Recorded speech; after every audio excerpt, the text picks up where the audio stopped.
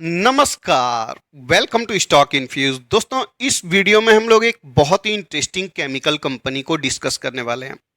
अब दोस्तों, किसी भी केमिकल कंपनी में इन्वेस्टमेंट करने से पहले उसके बिजनेस को समझना काफ़ी इंपॉर्टेंट होता है।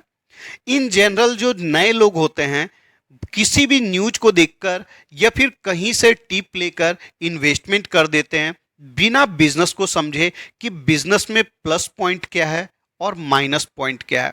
अगर आप ऐसे इन्वेस्टमेंट करेंगे, स्टॉक का प्राइस फ्लक्चुएट करेगा, कभी स्टॉक का प्राइस गिरेगा, आप स्टॉक को होल्ड नहीं कर पाएंगे और लॉन्ग टर्म में बड़ा रिटर्न नहीं बना पाएंगे। इसलिए कभी भी किसी कंपनी में इन्वेस्टमेंट करने से पहले उसके प्लस पॉइंट को, निगेटिव पॉइंट को आपको जानना बहुत जरूरी होता है कि क्या कंपनी में अच्छी बातें हैं और क्या कंपनी में बुरी बातें हैं। अब दोस्तों, इस वीडियो में हम लोग Indo borax and chemical limited को डिस्कस करने वाले हैं। अब दोस्तों, केमिकल सेगमेंट में जो भी कंपनी मार्केट में लिस्टेड है, इसमें दो प्रकार की कंपनी है। एक जो B2B सेगमेंट में काम करती है और दूसरी जो B2C सेगमेंट में काम करती है। अब B2C सेगमेंट में मतलब बिजनेस टू कंज्यूमर वाले सेगमेंट में आप पीडीलाइट को ले सकते हैं और B2B सेगमेंट में बहुत सारी कंपनी मार्केट में लिस्टेड आपको नजर आ जाएगी। लेकिन B2B वाली कंपनी में दोस्तों दिक्कत क्या होता है, ना इसके प्रोडक्ट का आप इस्तेमाल करते हैं, ना ही किसी को इस्तेमाल करते हुए आप देखते हैं, और इसके बिजनेस को आप बिना समझे अगर इन्वेस्टमेंट करते हैं तो रिस्क काफ़ी ज़्यादा हाई होता है। और B2C वाली कंपनी में थोड़ा सा रिस्क कम होता है क्योंकि इसके प्रोडक्ट का आप कभी ना कभी इस्तेमाल करते हैं, जैसे फेविकॉल हो गया, फेविक्विक हो गया, या फिर अन्य प्रोडक्ट्स का आप इस्तेमाल करते हैं या फिर किसी ना किसी को इस्तेमाल करते हुए देखते हैं, तो ऐसी कंपनी में रिस्क थोड़ा सा कम होता है। ऐसी कंपनी के बिजनेस को अगर आप बहुत डीप में नहीं भी समझते हैं फिर भी इन्वेस्टमेंट करते हैं तो चलता है। लेकिन B2B वाली कंपनी के बिजनेस को काफी डीपली समझना पड़ता है इन्वेस्टमेंट करने से पहले।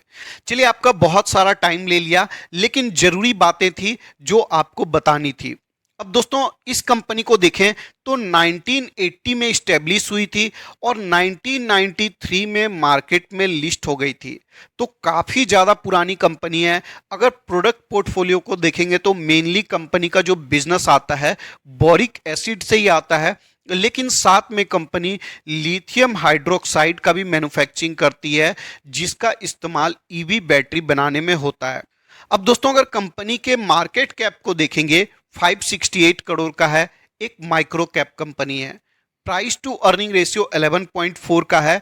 आगे डिस्कस करेंगे 11.4 का प्राइस टू अर्निंग रेशियो बहुत ही कम है या फिर ज़्यादा है, या फिर इस कंपनी का प्राइस टू अर्निंग रेशियो कम क्यों है। अगर डिविडेंड यील्ड को देखें तो कंपनी 0.57% डिविडेंड भी देती है। आरओसी अच्छा है, रिटर्न ऑन इक्विटी कंपनी का अच्छा है, फेस वैल्यू ₹1 का है, कंपनी डेट फ्री भी है, कंपनी कैश रिच भी है, पैग रेशियो के हिसाब से भी कंपनी सस्ती नजर आती है। तो फंडामेंटली कंपनी में किसी भी प्रकार का कमी देखने को नहीं मिलता है। अब दोस्तों, अगर हिस्टोरिकली कंपनी के प्राइस टू अर्निंग रेशियो को देखने जाएंगे, लास्ट 5 ईयर का average price to earning ratio 9.6 का है और करेंटली कितने पर है, 11.5 पर देखने को मिलता है। तो बहुत ज़्यादा सस्ते वैल्यूएशन पर कंपनी अवेलेबल नहीं है। अगर मैक्सिमम देखें, जब से कंपनी की लिस्टिंग हुई है और जब से यहां पर डेटा को अपडेट किया गया है, तो अभी भी कंपनी बहुत सस्ते वैल्यूएशन पर अवेलेबल नहीं है। आगे हम लोग डिस्कस करेंगे कि कंपनी को इतना कम वैल्यूएशन क्यों मिलता है। अगर सेल्स के ग्रोथ को देखें तो अच्छा नजर आता है, कंटिन्यू आपको सेल्स का ग्रोथ बढ़ता हुआ नजर आएगा। 3 था, 17 होता है, 25 होता है और लास्ट ईयर 28 हो गया था। अगर प्रॉफिट के ग्रोथ को देखें तो यहां पर प्रॉफिट का भी ग्रोथ बढ़ता हुआ नजर आ रहा है। 16 था, 30 होता है, 45 होता है। अगर सीएजीआर रिटर्न देखेंगे तो अच्छा सीएजीआर रिटर्न देखने को मिलेगा। 10 साल में 35 है, 31, 80 और लास्ट ईयर 43% का रिटर्न देखने को मिला है।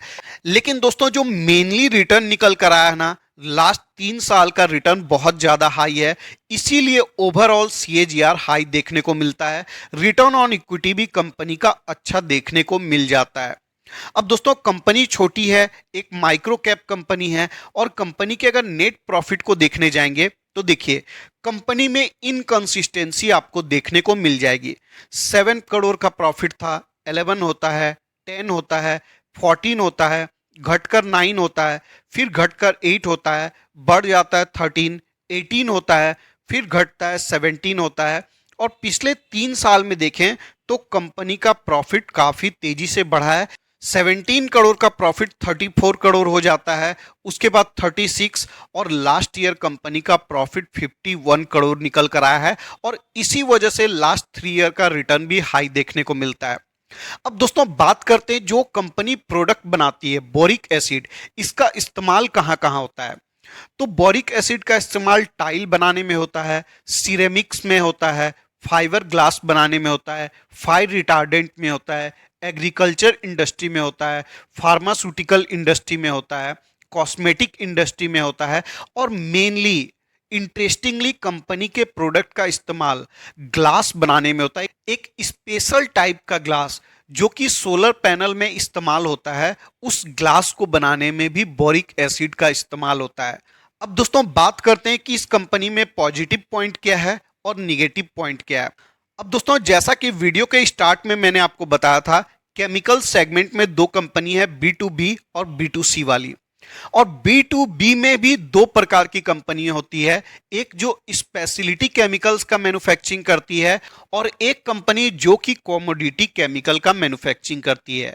और ये जो बोरिक एसिड है ये कमोडिटी केमिकल के अंदर आता है। और जो भी कंपनी कमोडिटी केमिकल में काम करती है उनके पास प्राइसिंग पावर नहीं होता है, उनके बिजनेस में कोई खास मोट नहीं होता है।